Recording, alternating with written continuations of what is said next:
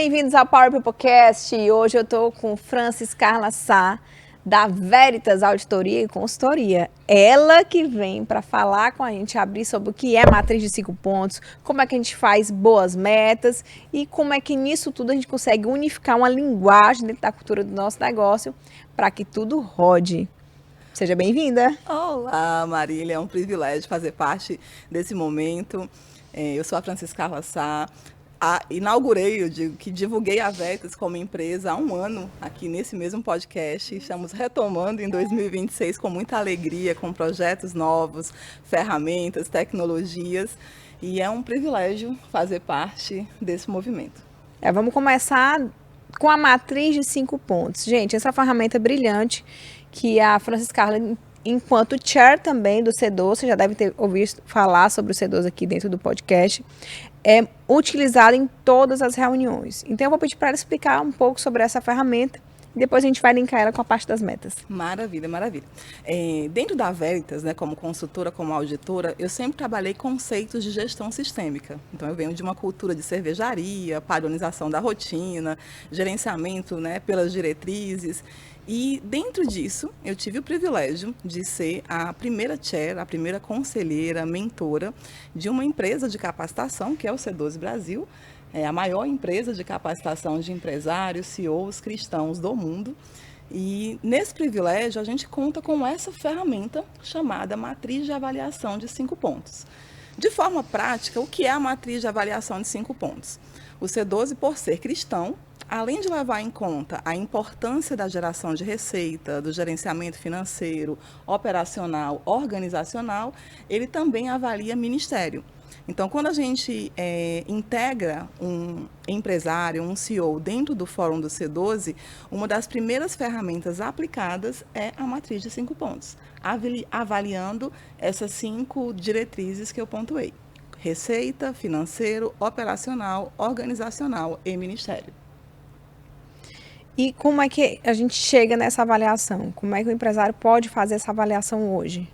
Pronto, a minha principal preocupação como chair, e eu também na consultoria, eu sou conhecida como a consultora da vida real, e eu quero ser a chair, a conselheira, a mentora da vida real também.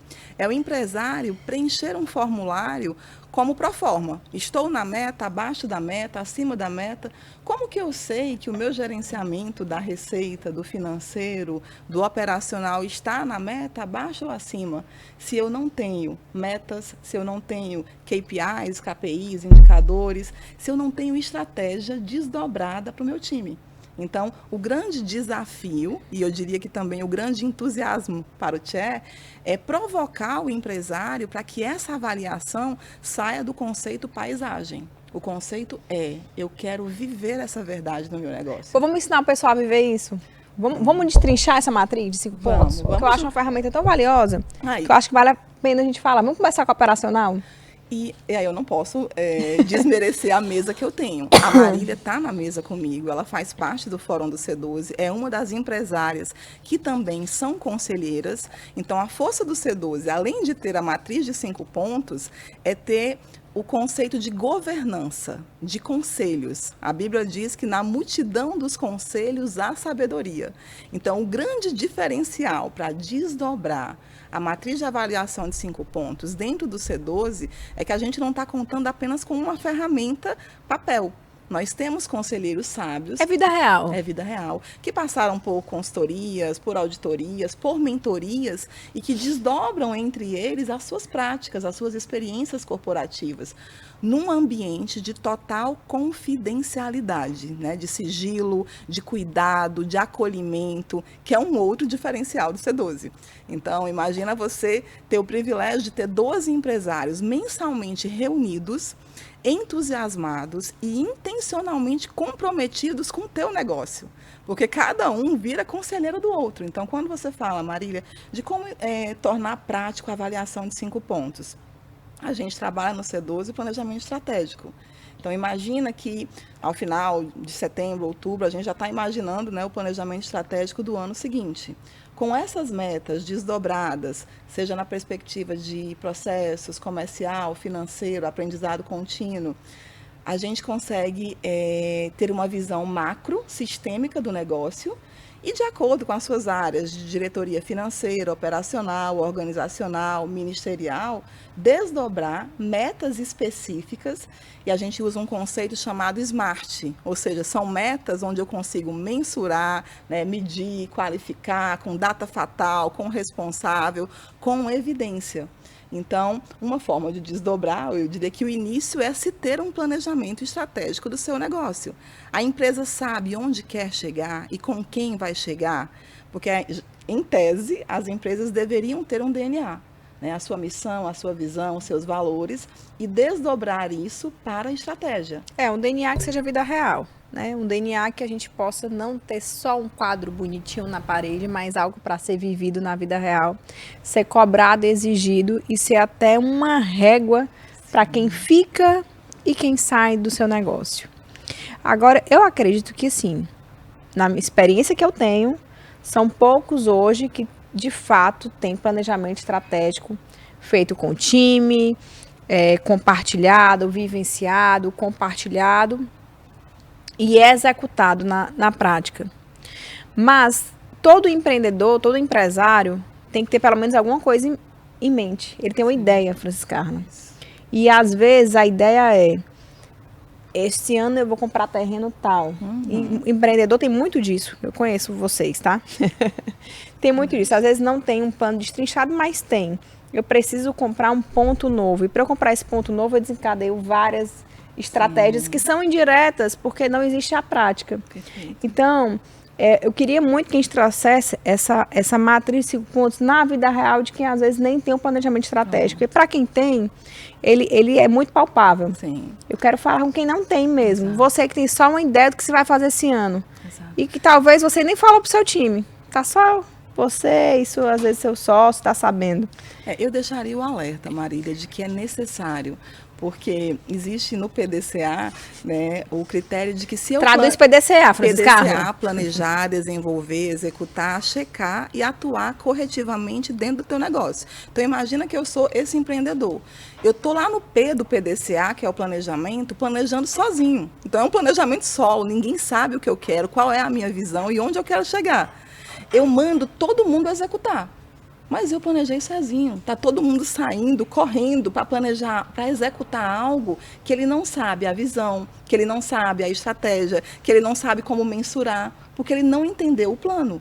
E aí o empreendedor vai investir um tempo gigante, chamado de bombeiro, para ficar checando e atuando corretivamente. É isso mesmo que vocês PDCA, fazem. Na prática, ele está apagando fogo. Exatamente. Que é a teoria XY, né, da ciência da administração. Quando você vai com um P ampliado, ou seja, eu invisto tempo, eu quero comprar um terreno, ok, para quê? Eu vou expandir onde? Eu vou ter uma cobertura de mercado ampliada, eu vou prospectar mais clientes. Como que o diretor comercial participa dessa dinâmica? O meu organograma vai ser o mesmo? A área de gente e gestão tem que estar comigo para entender quais são os níveis de liderança, de analistas, de assistentes e auxiliares que eu preciso para desdobrar a minha estratégia. Porque essa compra de terreno, ela tem uma visão de um novo empreendimento, vou colocar aqui como uma hipótese, né? Isso, mas eu entendo assim, Fran, que se eu tenho uma visão, um objetivo, que é o grande objetivo anual da minha empresa, e eu não tenho a prática do planejamento estratégico, mas eu conheço hoje contigo a matriz de 5 pontos, eu posso dar um passo. Claro. Então, perfeito. assim, financeiramente, como é que eu vou fazer aqui esses KPIs operacionalmente, organizacionalmente, comercialmente? Mas qual é o risco, e por isso o alerta? É que ainda que eu use uma coxa de retalhos, desdobrando para cada liderança de forma individualizada, a ideia do outro ou a objeção em função de algum argumento do financeiro com o comercial, ela não é unificada. Então, eu perco em conhecimento, eu perco em estratégia, porque eu ouvi individualmente cada área para avaliar, pensando aqui na matriz de 5 pontos, sem uma unidade, sem uma unificação de linguagem, sem uma visão sistêmica. E vai ser prejudicado. Então, o primeiro passo desse empresário é sentar com o time. É sentar com o time. Ou definir o time, porque às vezes... Os cabeças lá às do vezes negócio. não tem nenhum time, Marília. Vida real. Vida real. Vida real. Não, É. Quem é meu time? São 3 analistas. Analistas são 3 assistentes que estão comigo desde quando eu comecei. E como que eu começo a implantar essa cultura? Opa, assistentes, eu vou vender. Para eu vender, eu tenho que ter acompanhamento, medição, faturamento, meta versus faturamento realizado, cobertura de mercado, prospecção, né, de clientes, positivação. Área financeira, eu tenho pelo menos um boletim financeiro, uma conciliação de caixa de banco feito, uma DRE, uma DFC, algo que me norteie para saber se toda essa estratégia, né, que o comercial está rodando, de fato está gerando lucratividade, rentabilidade, geração de caixa operacional. Pois vamos, como é que a gente começa? Eu estou com papel e caneta na mão. Na prática, a primeira fala é definir a tua estratégia, o teu objetivo estratégico anual. Ponto. Quem é o teu time que vai cooperar para que essas metas desdobradas, tanto no comercial, quanto no financeiro, como no operacional, como no organizacional, e também para o Ministério, se você for C12, o Ministério é tão relevante quanto as demais áreas. Não há como ser mordomo de Deus, não há como ser empresário que cuida de um negócio onde Cristo não seja o centro. Então, antes de comprar o terreno, Senhor, eu peço a tua sabedoria e na multidão dos conselhos que os empresários que o Senhor vai me apresentar, os CEOs, eu vou colocar inclusive os corretores imobiliários, que a tua presença se faça para que eu tenha sabedoria nessa decisão. Então, primeira coisa, objetivo estratégico, desdobramento de metas por área e ter donos. Imagina, Marília, que você faz um planejamento estratégico fantástico, estruturado, desdobrado em todas as áreas da empresa, só que você não tem liderança para executar e acompanhar a execução. Então, a maioria das empresas hoje não contam com gestores, não contam com coordenadores, supervisores. E isso é uma realidade, pelo menos dos empresários que eu conheço. A grande dor é, eu tenho as ideias, eu tenho vários formulários, eu consigo implantar, mas eu não consolido porque falha na execução ou falha na checagem. Então, eu diria que um antídoto é metas específicas com responsáveis, datas fatais e rituais que garantam essa prestação de conta. Então, imagina comigo que você estabeleceu para a área financeira que todo dia 10 você precisa visualizar a lucratividade do seu negócio, a análise vertical e horizontal de despesas da sua empresa.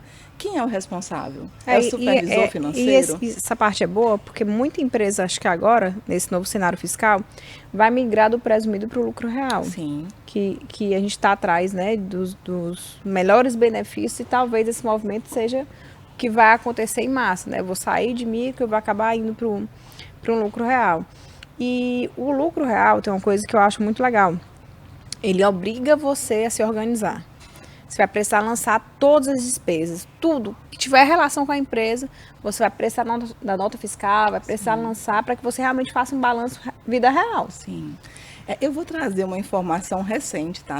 Eu tenho parcerias com contadores de todo o país, esse é do Rio Grande do Norte, e pasmem, a fala dele é que as empresas do Simples Nacional vão passar a ser mais fiscalizadas do que a empresa do lucro real. Nossa, que Porque loucura. a cultura que a gente tem é exatamente esse pensamento, né? Na verdade, nós fomos condicionados por muitos anos a dizer, olha, alguém foi jantar, quem pede a nota é lucro real, quem não pede é simples ou lucro presumido, porque não está interessado em registrar aquele documento dentro da empresa. E hoje se percebe que, em função dessas estratégias, o governo abriu os olhos para a possibilidade de auditar e fiscalizar todo mundo que fugiu do lucro real porque não está organizado.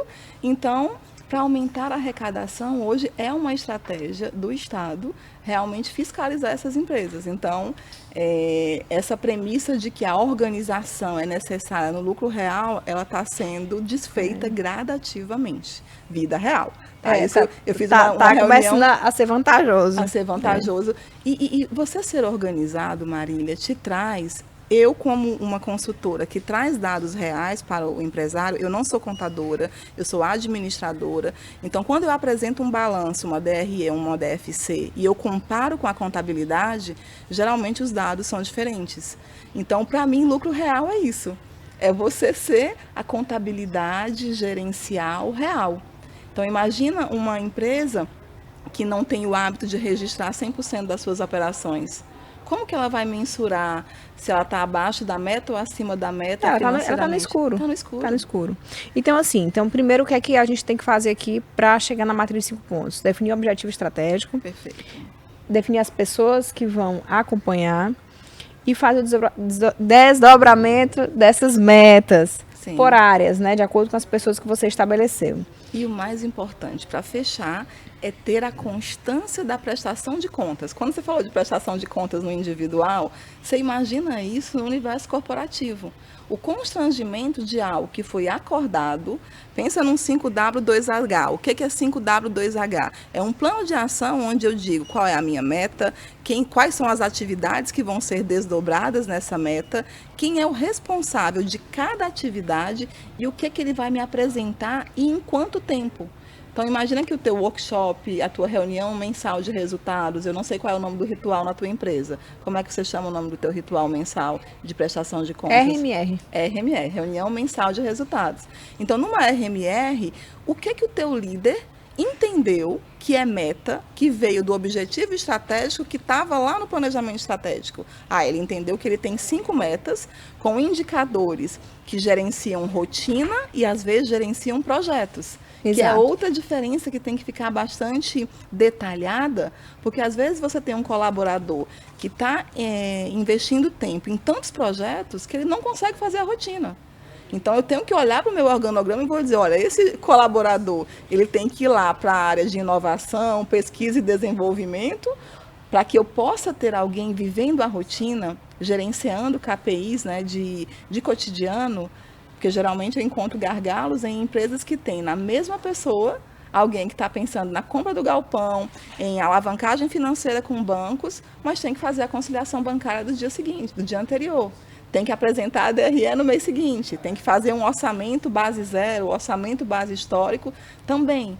Como que esse colaborador sozinho? A gente tem que abrir muito o olho em relação a isso, porque nesse movimento que a gente está falando aqui, tem que ter o cuidado para não sobrecarregar, causar sobrecarga, às vezes até um burnout, alguma coisa, a pessoa se sente até inútil, porque ela tem que cumprir a rotina, mas ela tem que cumprir também a parte dos KPIs e dos projetos que foram estabelecidos. Perfeito. E aí é que a gente tem que buscar soluções que estão disponíveis no mercado que vão fazer com que o seu time ganhe tempo. Seja via BI, seja via conciliadores externos. Acho que hoje tem muita tecnologia no mercado, Fran, de conciliação de movimentos bancários, movimentos de cartões. De gente gestão, de recursos humanos, gestão, né? Também. Nossa, tem muita coisa aí que às vezes é um alto investimento, mas ainda é melhor do que contratar uma outra pessoa para fazer. Perfeito. Ontem eu tive uma reunião com uma empresa na área de suprimentos. Eles adquiriram uma tecnologia, um aplicativo, uma plataforma só para a política de alçadas na área de compras. Então, desde você incluir uma solicitação de compra, realizar cotações, ordens de compra e aprovações, o ERP dele não entregava. Então, o que você falou, eles usavam várias planilhas, formulários, grupos de WhatsApp, tornando moroso, sem estoque mínimo de segurança, sem gestão na área de supply chain. Sem histórico. Sem histórico. Então, essa ferramenta que não faz parte do ERP, o que é um ERP, que é o sistema integrado que a empresa utiliza, não supria. Mas ele não queria trocar o ERP porque não tinha uma política de alçadas na área de suprimentos. Então, como a Marília colocou, existe tecnologia e profissionais trabalhando no desenvolvimento desses aplicativos, dessas APIs, para complementar, para correlacionar o sistema que a empresa já tem. Nossa, eu estou aqui já querendo saber que programa é esse, mas depois a gente...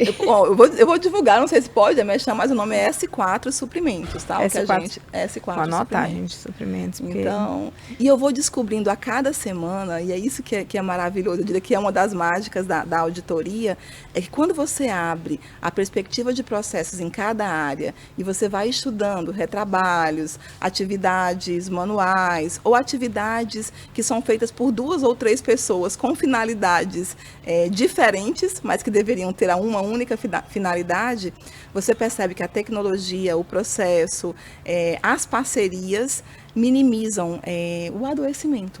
Por exemplo, eu entro em empresas em que o colaborador ele está tão sobrecarregado que ele não tem mais humor para conversar com você, que pode ser o mentor, que pode ser o assessor e o consultor. Na visão dele, está indo lá só para tirar o tempo dele. Exatamente, exatamente.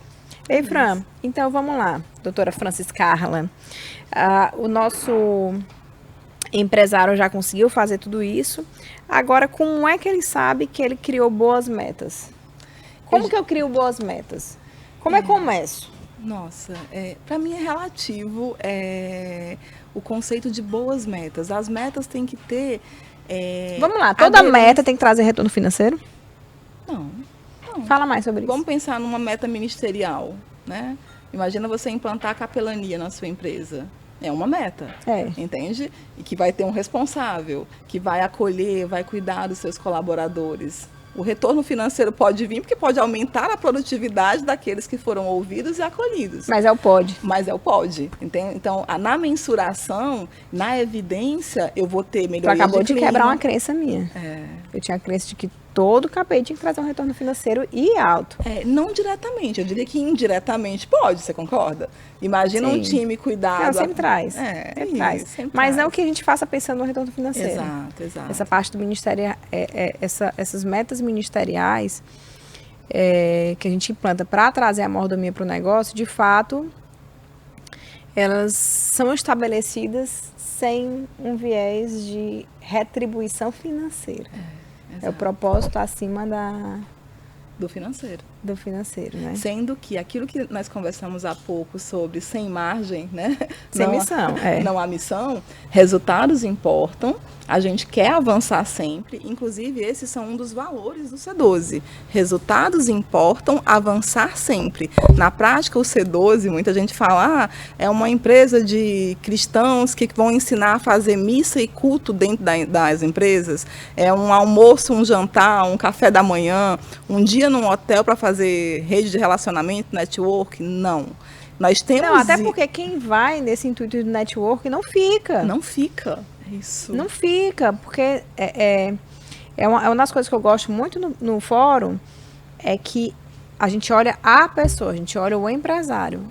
Se a gente vai para um fórum desse com interesses secundários, não se sustenta. Isso. Ou você vai para virar um búfalo, para caminhar junto. Tanto que tem vários amigos nossos que já criaram conexões, já faço negócio com quase todos lá. A gente acaba criando esse vínculo, gerando novos negócios. Mas não que esse fosse o objetivo principal, que o objetivo não era, né? E eu vou pegar a tua fala de objetivo principal e trazer o core business. Imagina o core business com a avaliação de 5 pontos, Marília. O que é o core business dentro do C12? Nós temos, como eu falei, vários conselheiros, vários empresários que a gente chama de membros, pares e búfalos. Por quê? Porque a gente enfrenta a tempestade junto, a gente de fato se preocupa um com o outro e a gente avança sempre. Dentro do core business, a gente estuda o negócio do outro. Então, quando a Marília fala, por onde começar? Eu diria que o core business também é um caminho. Imagina você ter estruturado a descrição do teu negócio, o teu objetivo estratégico anual, que o C12 traz isso. O core business é isso. Na verdade, eu diria que ele é uma prévia do planejamento estratégico, onde você vai discernir onde você quer chegar de forma estratégica ano que vem, também na parte financeira, comercial, organizacional e de ministério, e a partir daí, os búfalos, os membros, vão avaliar o teu negócio, vão avaliar a tua DRE, vão avaliar o teu demonstrativo de fluxo de caixa e vão se preocupar com as perguntas-chave que você faz dentro do fórum. Então, quando a gente fala que você não vai mais caminhar sozinho, que de fato você precisa, né, desse apoio, isso é real. O C12 passa a ser um suporte quando nós, como búfalos, decidimos amar o outro empresário que senta na mesma mesa que a gente e a estudar o negócio dele de forma visceral. A gente se aprofunda, porque a gente não tem medo de ser vulnerável no C12. Imagina empresas que estão em dificuldade financeira, que não estão conseguindo prospectar clientes, que estão buscando novas conexões, novas formas de captação, que não tem uma área de suprimentos estruturada, que a área de logística também tem algum gargalo. Então, essas pautas, elas são colocadas dentro do Core Business como perguntas-chaves para que cada membro possa, como conselheiro, contribuir com a estratégia do negócio. Que é a vantagem de você não estar sozinho. Exatamente, Marília. Fran, e quando eu for criar a meta, toda meta que a gente for criar aqui dentro, ela precisa ser uma meta que vá remunerar ou não? Olha, se eu fosse pegar a linha da cervejaria, né, Falcone, seria uma meta transacional, que é o que eles chamam de transacional. Eu gosto, ou seja, eu faço, você faz e eu te pago, entende? Eu gosto muito da estratégia cultural, em que a visão, o propósito do meu negócio, a razão de saber por que eu estou dentro dessa estrutura me faz produzir, e não porque você me paga. Não que eu não possa atribuir meritocracia, remuneração variável, um plano de desenvolvimento individual, um plano de cargos e salários, não que eu não possa fazê-lo, mas se a premissa for você faz e eu te pago, eu estou te dizendo que o meu valor é de alguma forma te dizer, olha, tem a cenourinha aqui, vem comer. E não me agrada, entende? E eu sei que é uma grande prática. Mas a vida real, Francisca, acontece assim. E eles vão produzir mais em função do dinheiro. Eu diria que o empresário tem que estar atento para que essa vida real aconteça sem a necessidade dessa troca tão sincronizada. Poxa, eu tenho atribuições, eu tenho atividades diárias, semanais, eventuais, anuais, e eu tenho indicadores, eu entrego. O meu entregar, a minha criatividade, o meu entusiasmo, a forma como eu, de fato, incorporo a cultura da empresa e vivo esses valores, esses KPIs, essas entregas, é motivo de sobra para que eu tenha mérito dentro do negócio. Mas, geralmente, né, pelo menos onde eu atuo, eu tenho visões transacionais. Você aplica na a prática, meta. o que acontece é o transacional. É o transacional. Mas que pode haver também uma forma híbrida também. Pode. Eu acompanho para checar o nível daquele colaborador, o nível da entrega dele, mas eu também transaciono de acordo com algumas metas em específico. Exato, exato. Certo? E como é que eu defino essa meta? Tá. Qual é o teu objetivo estratégico da área para você definir as metas? Vamos imaginar que você quer padronizar a área de suprimentos da sua empresa. O teu objetivo, ou padronizar os processos em todas as áreas e perspectivas da empresa. Então, esse é o teu objetivo estratégico daquele segmento, ok? A partir disso, eu vou desdobrar metas específicas, eu vou implantar um RP voltado para suprimentos, eu vou estruturar a liderança da área de suprimentos. Então, várias metas vão ser desdobradas de acordo com o objetivo estratégico daquela área. Então, não são metas avulsas, não são boas ou más metas, são metas que têm aderência com o objetivo estratégico que você tem naquela área. E quem checa se as metas foram realizadas? Geralmente a liderança de cada setor, de cada área. Eu gosto muito de um conceito que eu aprendi com a Flow Desenvolvimento, que é uma empresa de consultoria de Fortaleza, que ela trabalha o termo UGB. Unidade Gerencial Básica. Eu não preciso que a supervisora financeira cheque metas de algumas técnicas, de alguns indicadores. Eu posso ter um líder dentro daquela unidade de negócio fazendo essa checagem. Inclusive, eu provoco aperfeiçoamento, capacitação, porque eu estou tirando a questão de que alguém pode checar, medir, apresentar resultados além do nome gerente, além do nome coordenador, ou seja, existe Mas seria um cargo dentro do negócio para fazer a checagem das metas dos não setores? seria um cargo, seria uma liderança situacional dentro de ferramentas de gestão. Então, imagina, eu, por exemplo, aos meus 17 anos, eu fui uma líder de um projeto chamado de implantação de uma cultura de gestão sistêmica, e como líder, eu tinha um checklist que em todas as áreas avaliar as técnicas que eu era responsável. Por exemplo, eu era responsável pelo gerenciamento da rotina, pelo 5S, pela reunião relâmpago. Então, eu estava instrumentalizada com um checklist e o meu cargo, eu era um caixa, eu era uma tesoureira, entende? Ou seja, não era o meu cargo, era a minha situação de liderança dentro das técnicas de gestão que a consultoria estava aplicando para que eu pudesse, de fato, mensurar os resultados área a área. Então, respondendo você, não é necessário que eu tenha um cargo para fazer a checagem. De acordo com a dinâmica que a empresa aplicou, você pode ter líderes situacionais para checar as ferramentas de gestão que você aplicou. E as empresas precisam conferir essas metas que estão sendo entregues? Devem. Eu gosto muito da história do desconfiar não é pecado e conferir a obrigação. E para mim o RMR, que é o que você vive, é a tua evidência disso. Você gosta e você vive isso. Sim. Exemplo, digamos que você passe 2 meses sem fazer RMR. É terrível. Mas, e qual é o recado? O que você passa para a empresa quando você não avalia o teu resultado? Que deixou de ser relevante. Deixou de ser importante. Aí tem outro ponto, né? Francisca, que eu aprendi com você. Que o sistema está lá para ser vivido. Sim. Então, acho que minha maior meta e o maior desafio que eu vivo hoje é transformar essas metas em algo que eu consiga puxar diretamente do meu sistema. Excelente. Algo que eu não consiga e nem precise fazer o meu gestor passar um dia inteiro se debruçando naquilo ali, investindo um tempo que é extremamente precioso para poder me apresentar o que ele fez, o que alcançamos ou o que não alcançamos, entendeu? Então, acho que minha maior luta é realmente trazer a tecnologia ao favor do negócio e do tempo dos gestores da gente. Eu vou trazer aqui uma fala que são dores de muitos empresários também, a questão da sucessão.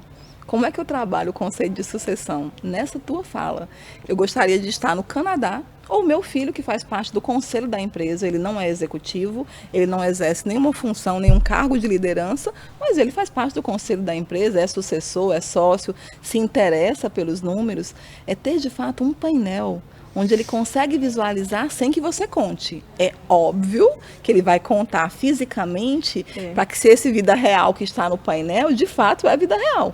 Mas ele consegue mensurar que a geração de caixa daquele mês foi X reais, que a lucratividade, que a rentabilidade, que o número de devoluções, de bonificações, enfim, os diversos KPIs de uma empresa estão à vista.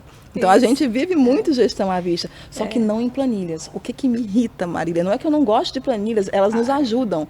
Mas você tem um monte de PPT, né, PowerPoint ou Excel, sendo montado 3, 5 dias antes de uma apresentação, de uma RMR, para mostrar um resultado que eu quero ver a evidência dentro do sistema. Exatamente. Porque se não está no sistema, significa que você não está alimentando, significa que não há um D+1, que não há auditoria.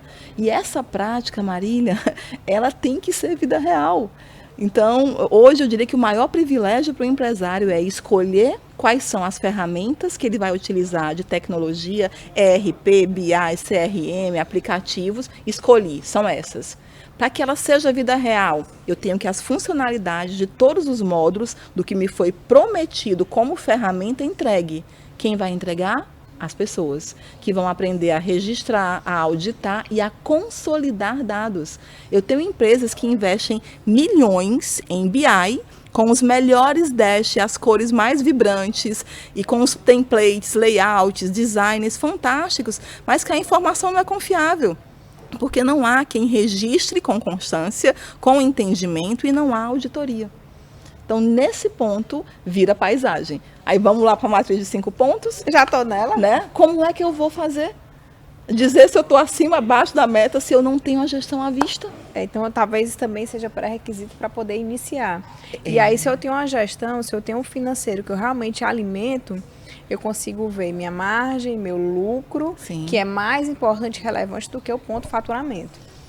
Show. Para iniciar. Se eu tenho a parte do operacional, eu já tenho dentro do meu RP como pedir para o desenvolvedor para checar como é que está a usabilidade do meu sistema. As funcionalidades. Será se as rotinas que foram desempenhadas, elas estão sendo vividas? Isso. Ou se o pessoal está se dizendo que está apagando muito incêndio, quando na verdade você vai puxar, às vezes ele não está usando 5% do que o sistema dispõe. Exatamente. Então, se ele não usa o que o sistema dispõe, que foi estabelecido, ele não está fazendo o trabalho dele. Não tá.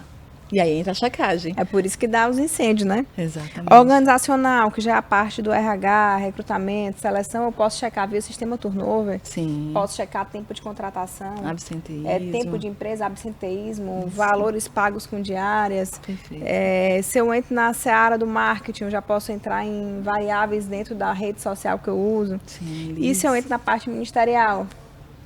Eu diria que é um mundo a parte ministerial, né? É um mundo. Eu fiz a abordagem da capelania, mas a abordagem que nós falamos há pouco também sobre o café com fé. Tem muitas empresas e não é um café com fé pro forma.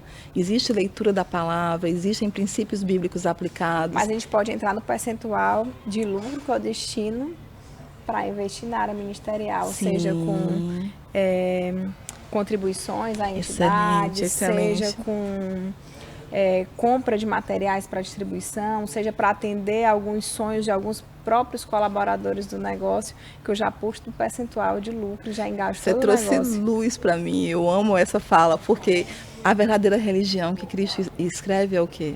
Cuidar dos órfãos e das viúvas. Fazendo uma analogia, onde estão os nossos órfãos e as nossas viúvas? Né? Às vezes estão debaixo do nosso negócio. E oprimidos, né? E não assistidos. E quando você fala de tirar realmente dinheiro, né? Valor absoluto para investir em instituições sérias, que tenham o seu conselho fiscal, né? As suas auditorias, e você veja na prática a redução dessa opressão. E aí vou pegar lá lucro real.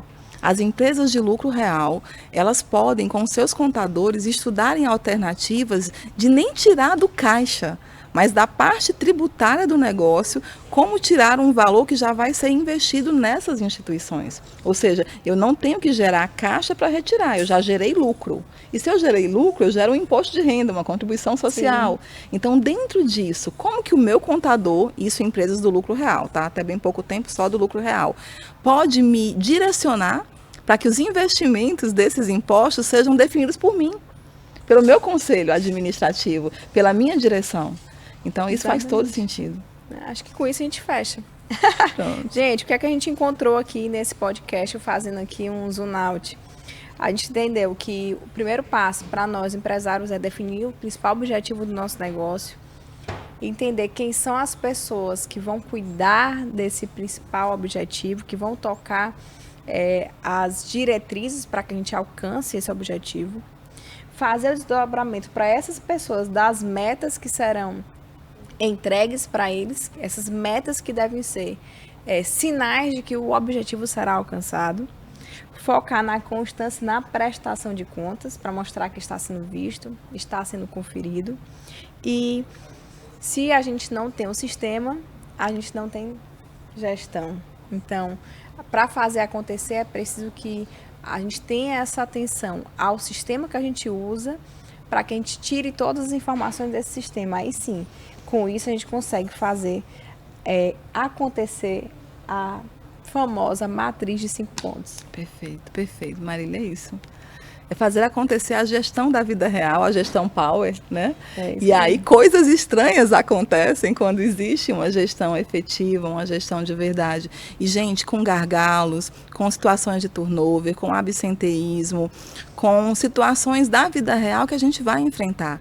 Mas a gente está dizendo que é possível trilhar um caminho onde a tecnologia, os processos e as pessoas alinhadas na mesma visão, com unidade, a gente minimiza os gargalos que nós teremos. Gargalos, no mundo tereis aflições, mas tem de bom ânimo porque eu venci o mundo. Nas empresas também nós teremos, só que existem ferramentas, técnicas e existe o nosso sumo sacerdote. Eu diria que o diferencial para os empresários do C12 é que, além de não caminharem sozinhos como membros, eles confiam no sumo sacerdote.